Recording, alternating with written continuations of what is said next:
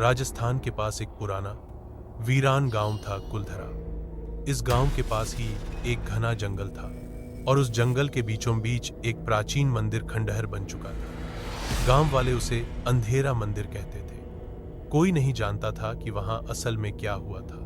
बस इतना सुना गया था कि जो भी उस मंदिर में गया वो कभी लौट कर नहीं आया।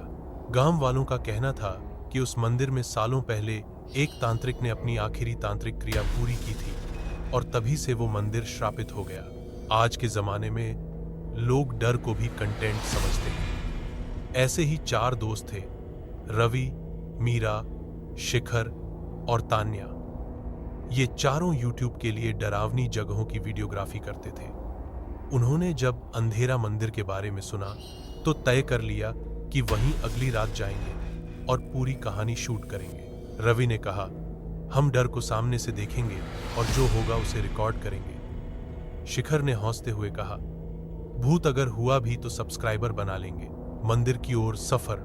रात के 9 बजे चारों दोस्तों ने अपनी जीप जंगल की ओर मोड़ दी। जैसे जैसे वे मंदिर के पास पहुंचे, पेड़ झूमने लगे, हवा सिसकारियां भरने लगी। हर तरफ अजीब सी खामोशी थी। मंदिर का विशाल लोहे का दरवाजा बंद था, उस पर जंग लगे ताले थे। एक एक करके उन्होंने ताले काटे। जैसे ही दरवाजा खुला, अंदर से ठंडी हवा का झोंका आया। अंदर कदम रखते ही एक भारीपन महसूस हुआ। ऐसा लग रहा था जैसे किसी की नजर उन पर हो। मंदिर के अंदर एक बड़ा चक्र बना हुआ था। चारों कोनों पर दीपक रखे थे और बीच में रक्त से लिखी हुई एक तंत्र विद्या की रचना। उसमें लिखा था, यं विचारः सह सह मरणः, जिसे याद किया जाए वही मृत्यु को प्राप्त हो। तभी तान्या की चीख निकल पड़ी। उसके पैर में कोई मूर्ति सी चीज चिपक गई थी। जब रवि ने टॉर्च से देखा तो वो एक कटी फटी गुड़िया थी जिसकी आंखें लाल थीं और वो हिल रही थी।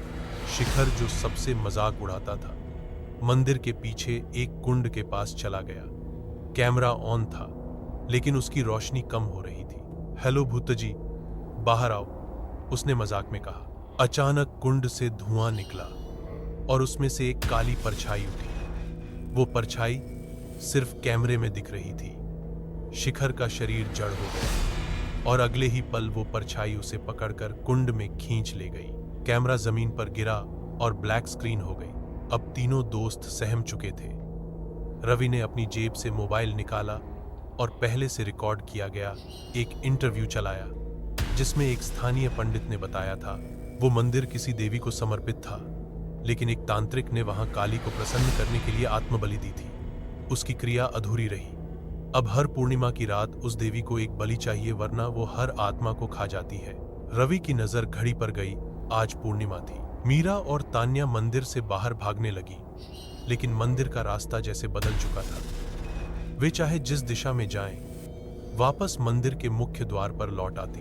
तभी तान्या को एक पुरानी फोटो मिली जिसमें 4 लोग खड़े थे और उनके पीछे एक धुंधली काली आकृति।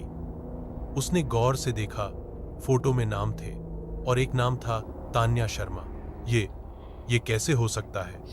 तान्या ने कांपती आवाज में पूछा। अचानक दीवार में से वही परछाई निकली और तान्या को अपने अंदर खींच लिया। वो चिल्लाई भी नहीं, सिर्फ आंखों से डर झलक रहा था। अब सिर्फ मीरा और रवि बचे थे। मीरा मंदिर के कुंड के पास पहुंची। उसके चेहरे पर आंसू थे। उसने कहा, मैं बलिदान देने को तैयार हूं, बस बता दो हम क्यों। तभी गूंजती हुई आवाज आई, तुम ही थे जिन्होंने मेरी तपस्या तोड़ी थी पिछले जन्म में, अब न्याय पूरा होगा। रवि चिल्लाया, नहीं, अगर किसी की गलती थी तो मेरी, मैं बलिदान दूंगा। उसने मीरा को धक्का दिया और खुद कुंड में कूद पड़ा। कुंड से आग की लपटें निकली। मंदिर थरथराने लगा। हवा चीख उठी और फिर सब कुछ शांत हो गया। सुबह हुई। मंदिर शांत था, सिर्फ मीरा बची थी और उसका कैमरा। मीरा ने कैमरे की ओर देखा और कहा, मैंने अंधेरा मंदिर देखा है और मैं अकेली लौटी हूं। वीडियो अपलोड हुआ, लाखों व्यूज मिले, लेकिन वीडियो के आखिरी 3 सेकंड में मीरा के पीछे खड़ा था एक आदमी, रवि जैसे कपड़े पहने हुए, लेकिन उसकी आंखें लाल थी।